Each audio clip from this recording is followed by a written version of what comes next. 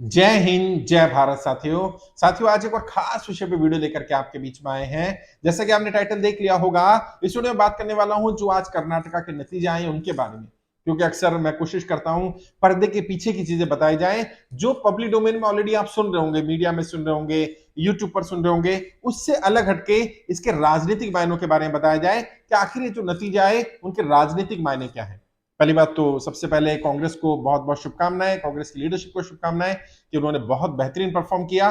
और जैसा उम्मीद थी, सभी एग्जिट पोल, ओपिनियन पोल बता ही रहे थे कि कांग्रेस बहुत बढ़िया लैंडस्लाइड विक्ट्री करने जा रही है। वैसा ही लगभग वहां दिख भी रहा है कि कांग्रेस अपनी मजबूत सरकार बनाने जा रही है।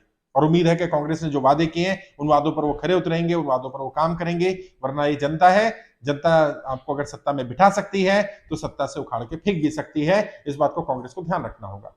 लेकिन सबसे पहली चीज जो सीख सकते हैं, जो पर्दे के पीछे जो बातें पब्लिक डोमेन में ज्यादा नहीं है, जिन पर शायद ज्यादा मीडिया में चर्चा भी नहीं होगी, ज्यादा नुकसान किसने किया? कांग्रेस की अच्छी स्ट्रेटेजी से कांग्रेस नहीं जीती है। यहां पर सच्चाई ये है, भारतीय जनता पार्टी ने सेल्फ गोल किए हैं। भारतीय जनता पार्टी की कमियों पर बात नहीं हो पा रही है, उन पर बात करना जरूरी है। और जो भाजपा के समर्थक या नेता या जो भी लोग मुझे सुनते हैं, वो भी देखें कि भारतीय जनता पार्टी की स्ट्रेटेजी से गलती क्या हुई। और आज से नहीं हुआ है, कभी लगे कि आज नतीजे आ गए, नतीजे तो आज आए हैं। इसके नतीजों का अंडरकरंट 3 महीने पहले ही था कर्नाटका में। कर्नाटका में, बेंगलोर में पूरी मेरी टीम है, अलग अलग डिस्ट्रिक्ट में, मैं कर्नाटका के सारे डिस्ट्रिक्ट में मैंने ट्रेवल किया है। और लगभग कर्नाटका की डेमोग्राफी को जानता हूं, वहां की सिचुएशन को जानता हूं, वहां की ज्योग्राफी को जानता हूं, वहां के लोगों के सेंटीमेंट को भी जानता हूं मैं। तो मैं समझ पा रहा था कि जो टीम फीडबैक दे रही थी, जो अंडरकरंट आ रहा था, भारतीय जनता पार्टी के पूरा विरोध में था। और अगर भारतीय जनता पार्टी फिर भी 30-40 सीटें जीत लेती है, 50 सीटें जीत लेती है, तो ये बड़ी अचीवमेंट मानी जाएगी। वरना अंडरकरंट तो इतना ज्यादा था कि उखाड़ के फेंकने को तैयार थे सरकार को। और बड़ा कारण क्या था, जो भारतीय जनता पार्टी के शीर्ष नेतृत्व को भी मालूम था, बड़ा कारण था सरकार में करप्शन। महंगाई भी एक बड़ा मुद्दा रहा, लेकिन करप्शन बड़ा मुद्दा था। जो 40% कमीशन का नाम लेकर के एक व्यक्ति जो काम करते थे, कॉन्ट्रैक्टर थे, उन्होंने सुसाइड कर लिया। वहीं से अंडरकरंट पैदा होना शुरू हो गया था। और लोग जो व्यापारी हैं या कॉन्ट्रैक्टर हैं या जो आम नागरिक भी हैं, जब वो डिपार्टमेंट में जाते हैं और वो देखते हैं कि इस तरह का करप्शन हो रहा है, हर जगह पैसा देना पड़ रहा है, जैसा कर्नाटका के इतिहास में कभी नहीं हुआ। और हर राज्य में थोड़ा बहुत करप्शन चलता है। कॉन्ट्रैक्ट में 5-10% का कमीशन हर जगह चलता है और उसको लेजिटिमेट मान लिया जाता है कि व्हाइट में हो रहा होगा या इतना तो देना ही पड़ेगा। 2% यहां जाएगा, 2% यहां जाएगा। लेकिन जब ये प्रतिशत बढ़ जाता है तो कॉन्ट्रैक्टर जिसको मान लीजिए 100 करोड़ का कॉन्ट्रैक्ट मिला, 40 करोड़ रुपए वो कमीशन में बांट देगा। खुद भी कुछ प्रॉफिट रखना है, तो एक्चुअली वो काम कितने का करेगा? और फिर काम में कमियां निकलेंगी, पुल टूटेंगे, गिर जाएंगे, हादसे होंगे, यही होता रहेगा। तो इससे लोग ज्यादा नाराज थे। तो एक करप्शन बड़ा मुद्दा रहा। दूसरा जो लोकल सेंटीमेंट, नंदनी दूध वाला मुद्दा आया। अमूल की एंट्री, वैसे तो मैं समझता हूं कि ओपन मार्केट में किसी भी ब्रांड को कहीं भी काम करने का अधिकार होना चाहिए, जा सकता है। लेकिन कांग्रेस ने इस मुद्दे को सही भुनाया, क्योंकि इसकी टाइमिंग गलत हो गई। ये अगर 1 साल पहले हुआ होता, 2 साल पहले हुआ होता अमूल वाला मुद्दा, तो शायद ज्यादा फर्क नहीं पड़ता। चुनाव से एंड 1-1.5 महीना पहले अमूल की एंट्री करना, ये एक गलत दाव हो गया। शायद अमूल ने भी नहीं सोचा होगा, शायद भारतीय जनता पार्टी के लोगों ने भी नहीं सोचा होगा। वरना इसको 2 महीने बाद के लिए टाला भी जा सकता था। उससे लोकल सेंटीमेंट, और जैसे मैंने कहा, मैं कर्नाटका को जानता हूं। कर्नाटका के लोग बहुत ज्यादा सेंटीमेंट रखते हैं अपने स्टेट को लेकर के, अपनी लैंग्वेज को लेकर के, अपने राज्य को लेकर के, अपनी अस्मिता को। वैसे तो हर राज्य में अपना एक सेल्फ प्राइड होता है, अपने राज्य को लेकर के, अपनी भाषा को लेकर, अपने क्षेत्र, अपनी ज्योग्राफी को लेकर और अपनी कंपनियों को लेकर के। कर्नाटका में थोड़ा ज्यादा, साउथ में ज्यादा है वो, उसका वो शायद सेंटीमेंट रीड नहीं कर पाए भारतीय जनता पार्टी के लोग। और तीसरा बड़ा कारण जो भारतीय जनता पार्टी की गलती है, क्योंकि कांग्रेस की अच्छाइयां तो हैं, उन पर भी बात करेंगे हम लोग, क्योंकि कांग्रेस ने मुद्दों को बड़े हद तरीके से उठाया। तीसरा, भारतीय जनता पार्टी को बाहर के लोगों ने नहीं हराया साहब। अगर आप ध्यान से नतीजों को डीपली एनालिसिस करेंगे तो आपको पता चलेगा, भारतीय जनता पार्टी को हराने में सबसे बड़ा रोल भारतीय जनता पार्टी के लोगों का ही रहा। और किसी भी राज्य में अगर भारतीय जनता पार्टी हारती है, हिमाचल में भी मैंने यही कहा था, जहां भी भाजपा हारेगी, भाजपा को बाहर के लोग कम ताकत से हरा पाते हैं या उनकी रणनीति कम काम करती है। भाजपा के अंदर के लोग ज्यादा अच्छी तरह से भाजपा को हराना जानते हैं, क्योंकि वो जानते हैं कमियां कहां हैं, वो जानते हैं डेंट कहां देना है। अब जगदीश शेट्टर जी जैसे पूर्व मुख्यमंत्री को आप संभाल नहीं पाएंगे, अपने बागियों को संभाल नहीं पाएंगे। आप उन्हें सेटिस्फाई करने के लिए चुनाव तक का समय देखेंगे कि चुनाव तक मना लेंगे। जो काम 3 महीने पहले, 6 महीने पहले किया जा सकता था, उनकी नाराजगी आज नहीं थी, उनकी नाराजगी पहले ही सरकार में थी, तभी मना लिया जाता। क्या जरूरत पड़ी थी कि आपने उसको एंड तक खींचा? और जो रणनीतिकार है, मैं नहीं समझता कि उन्होंने सही रणनीति बनाई। इनके जाने तक भी, मतलब एंड मोमेंट तक भी उनको रोकने की कोशिश नहीं की, और जब बिल्कुल लगा के जाने ही वाले हैं तब रोकने की कोशिश की जा रही है, जबकि पहले ही पता चल गया था, पहले फीडबैक दे चुके थे। 6 महीना पहले तक फीडबैक था उनका कि सरकार में काम ठीक नहीं हो रहा, सरकार की एंटी इनकम्बेंसी चल रही है, सरकार के मंत्रियों को बदलने की जरूरत है, सरकार के काम करने ढंग को बदलने की जरूरत है, लेकिन शायद नहीं सुनना चाहते थे वो लोग। और जो कम्युनिटी वाइज वहां लिंगायत का, वो तो खैर आप सब जगह सुन ही रहे होंगे, लिंगायत वोट वैसे तो 16, 17, 18% है, लेकिन वो कंसोलिडेट होकर के वोट पड़ता है, जिधर चला जाएगा वो जीत जाएंगे। तो पिछली बार भारतीय जनता पार्टी को मिला था, वो जीत गए थे, भले ही मेजोरिटी नहीं मिली, लेकिन सबसे बड़ी पार्टी बन गए थे। उससे पहले येदुरप्पा जी की सरकार बनी थी तो फुल मेजोरिटी मिली थी उनको, अभी वो कांग्रेस के साथ चले गए तो कांग्रेस को बेनिफिट मिल गया। तो कम्युनिटी वाइज भी इंपैक्ट पड़ा है। कांग्रेस की कुछ स्ट्रेटेजी, जैसे कांग्रेस ने स्ट्रेटेजिकली, लोग कह रहे थे ये बजरंग दल पर बैन लगाना कांग्रेस की बड़ी गलती हो गई, कांग्रेस ने मुद्दा दे दिया। नहीं, कांग्रेस ने जानबूझ करके मुद्दा दिया था। पहली बार कांग्रेस सफेद मोहरों से खेल रही, जो मैं कहता हूं ना, राजनीति में सफेद मोहरों से जो खेलेगा उसकी जीत की संभावना ज्यादा होगी। कांग्रेस के स्ट्रेटेजिस्ट ने सफेद मोहरों से खेला, और 99.9% जो सफेद मोहरों से शतरंज खेलता है वो जीत जाता है।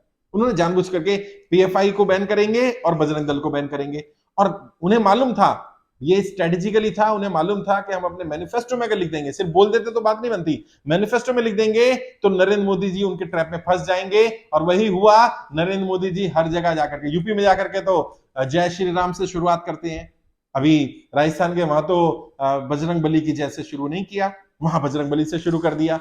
और जनता इतनी मूर्ख नहीं है, बजरंग दल और बजरंग बली में अंतर जानती है वो, जनता को पता है। और कर्नाटक जैसा राज्य है जहां पर अगर आप ध्रुवीकरण करने की कोशिश करेंगे तो ये आपके खिलाफ ही हो जाएगा, वहां हिंदुत्व का कार्ड नहीं चलता है। भारतीय जनता पार्टी के रणनीतिकारी समझ ही नहीं पाए, उन्हें लगा कि जैसे बाकी राज्यों में हमें बेनिफिट मिल जाता है, एज मिल जाता है, यही अगर उत्तर प्रदेश का चुनाव होता तो कांग्रेस की हिम्मत नहीं थी कि अपने मैनिफेस्टो में लिख दे कि हम बजरंग दल को बैन करेंगे। कांग्रेस की हिम्मत नहीं है बिहार में जाकर के लिख दे, कांग्रेस की हिम्मत नहीं है महाराष्ट्र में जाकर के लिख दे। कांग्रेस ने स्ट्रेटेजिकली चला, लोग कह रहे थे गलती कर दी, बैठे बैठे मुद्दा दे दिया बीजेपी को, नहीं, वो चाहते थे कि बीजेपी मुद्दा ले ले। और अभी देखिएगा सब राज्यों में ऐसा होने वाला है, भारतीय जनता पार्टी को उसके ही हथियार से काटा जाने वाला है। मैं आगे की रणनीति तो नहीं बता सकता, लेकिन आगे आने वाले सभी चुनाव में कांग्रेस की स्ट्रेटजी ये काम करने जा रहे हैं। वो भारतीय जनता पार्टी को विरोध करके नहीं हरा सकते, वो इसी तरह से हरा सकते हैं। भारतीय जनता पार्टी को भारतीय जनता पार्टी के धर्म के कार्ड से ही हराया जा सकता है। और उन्हें मालूम था कि ये ट्रैप में फंसेंगे, और बीजेपी ट्रैप में फंसी। कांग्रेस बात करती रही व्यापार की, कांग्रेस बात करती रही रोजगार की, कांग्रेस ने बात की युवाओं की, कांग्रेस ने बात की भ्रष्टाचार की, कांग्रेस ने बात की महंगाई की। बीजेपी के एक भी नेता ने बात नहीं की इन मुद्दों पर। क्या महंगाई बीजेपी के नेताओं के लिए मुद्दा नहीं है? क्या बीजेपी के कार्यकर्ताओं के लिए सिलेंडर 1200 रुपए का ना मिलके 600 रुपए 400 रुपए का मिल रहा है? उनके लिए भी तो महंगाई है। बेरोजगार तो बीजेपी के कार्यकर्ताओं के बच्चे भी तो बेरोजगार हैं, व्यापार तो बीजेपी वालों का भी नहीं चल रहा। ये बात क्यों भूल जाते हो? हर जगह वो धर्म डालते रहेंगे और लोग धर्म के आधार पर अंधे होकर के वोट करते रहेंगे। घर में चूल्हा नहीं जलेगा ना तो धर्म नहीं दिखता साहब। है, जातियां बड़ा मुद्दा हुआ करती थी, कभी जाति के बाद आया भारतीय जनता पार्टी ने धर्म का मुद्दा लेकर के आए। और धर्म से बड़ा मुद्दा होता है धंधा, धर्म से बड़ा मुद्दा होता है व्यापार, धर्म से बड़ा मुद्दा होता है पेट, धर्म से बड़ा मुद्दा होता है रोजगार, धर्म से बड़ा मुद्दा होता है रोटी। और जब रोटी कमाना मुश्किल हो जाए, जब रोजगार ना मिले, जब बेरोजगारी चरम पर हो, जब महंगाई बढ़ती चली जाए, तो ये सब बातें उठाना ढंग से चाहिए था। कांग्रेस ने उठा दिया, कांग्रेस को बेनिफिट मिल गया, एज मिल गया। और वो कांग्रेस के रणनीतिकारों को इस पर मैं डेफिनेटली क्रेडिट दूंगा कि उन्होंने बहुत सही समय पर सही रणनीति का इस्तेमाल किया। कई लोग कह रहे हैं भारत जोड़ो यात्रा का इंपैक्ट पड़ा। अगर भारत जोड़ो यात्रा ना भी हुई होती तो मैं लिख करके दे सकता हूं कर्नाटका के नतीजों में कोई ज्यादा फर्क नहीं पड़ने वाला था। ये और बात है, कांग्रेस के लोग इसको शायद नहीं मानेंगे और कांग्रेस के लोग राहुल गांधी जी को हीरो बनाने के लिए या सारा क्रेडिट उनको देंगे। लेकिन मैं मानता हूं कि कर्नाटका को जो समझते हैं, कर्नाटका अपना मूड बना चुका था और इससे यही सीखने की जरूरत है कि अगर आप जनता के मूलभूत मुद्दों पर काम नहीं करेंगे तो चाहे आपके पास नरेंद्र मोदी जैसा फायर ब्रांड चेहरा क्यों ना हो, चाहे आपके पास अमित शाह के रूप में चाणक्य, सो कॉल्ड चाणक्य नाम का चेहरा क्यों ना हो, आप चुनाव हारेंगे। आपका धन बल, बाहुबल, सारी मशीनरी धरी की धरी रह जाएगी जब जनता आपके खिलाफ हो जाएगी।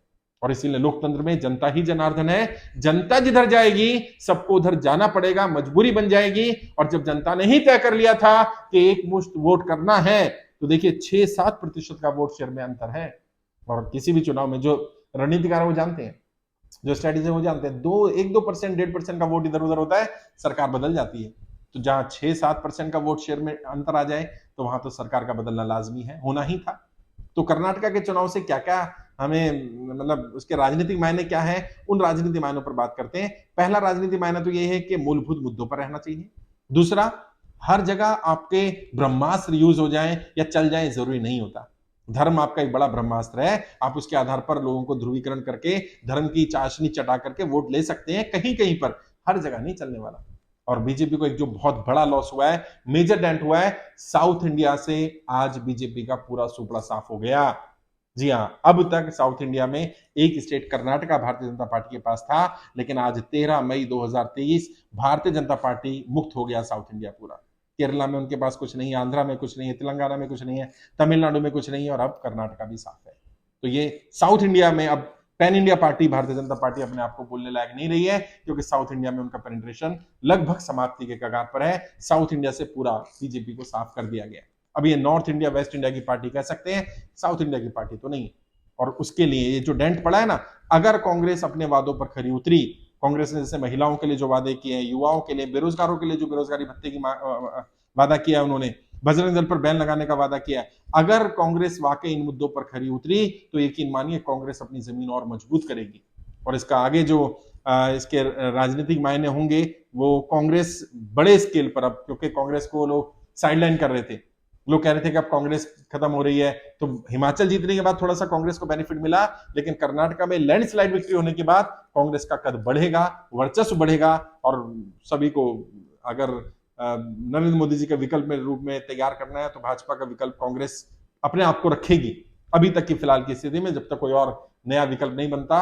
और जो तीसरा मोर्चा, चौथा मोर्चा, वो वैसे तो बातचीत खत्म हो गई है, अब एक उम्मीदवार वर्सेज एक उम्मीदवार की रणनीति चल रही है। तो भारतीय जनता पार्टी के एक उम्मीदवार के सामने या उनके गठबंधन के सामने इधर एक उम्मीदवार हो और ज्यादातर उम्मीदवार कांग्रेस के होंगे, कांग्रेस ऐसी मांग करेगी, ये कांग्रेस को बेनिफिट होगा। एक और बेनिफिट जो कांग्रेस को होने वाला है और जो भारतीय जनता पार्टी को बड़ा लॉस होने वाला है, भारतीय जनता पार्टी के राष्ट्रीय अध्यक्ष अपना राज्य हार गए। हिमाचल से आते हैं जेपी नड्डा साहब, वो अपना राज्य नहीं बचा पाए, और कांग्रेस के राष्ट्रीय अध्यक्ष मल्लिकार्जुन खड़गे जी अपने राज्य कर्नाटका से आते हैं, कर्नाटका में उन्होंने प्रचंड जीत दर्ज कराई। तो ये उनकी लीडरशिप की एक बड़ी अचीवमेंट भी मानी जाएगी कि उन्होंने अपने राज्य को बचा करके रखा, कायम रखा। इस डेंट को भारतीय जनता पार्टी को झेल पाना, भर पाना मुश्किल होगा। कांग्रेस सेलिब्रेशन के मूड में है, तो एक बार फिर सभी जीते हुए विधायकों को, कांग्रेस के जो भी व्यक्ति मुख्यमंत्री बनता है, उनके विधायकों, उनके रणनीतिकारों को बहुत बहुत शुभकामनाएं। और भारतीय जनता पार्टी को अपनी गलतियों से सीखने की जरूरत है। मोटे मोटे तौर पर ये बातें वो हैं जो जनरली लोग आपसे डिस्कस नहीं करेंगे, कुछ बातें ऐसी हैं जो आप शायद मीडिया में इधर उधर सुन रहे होंगे, लेकिन मेरी कोशिश थी कुछ ऐसी बातें बताई जाएं जो आपके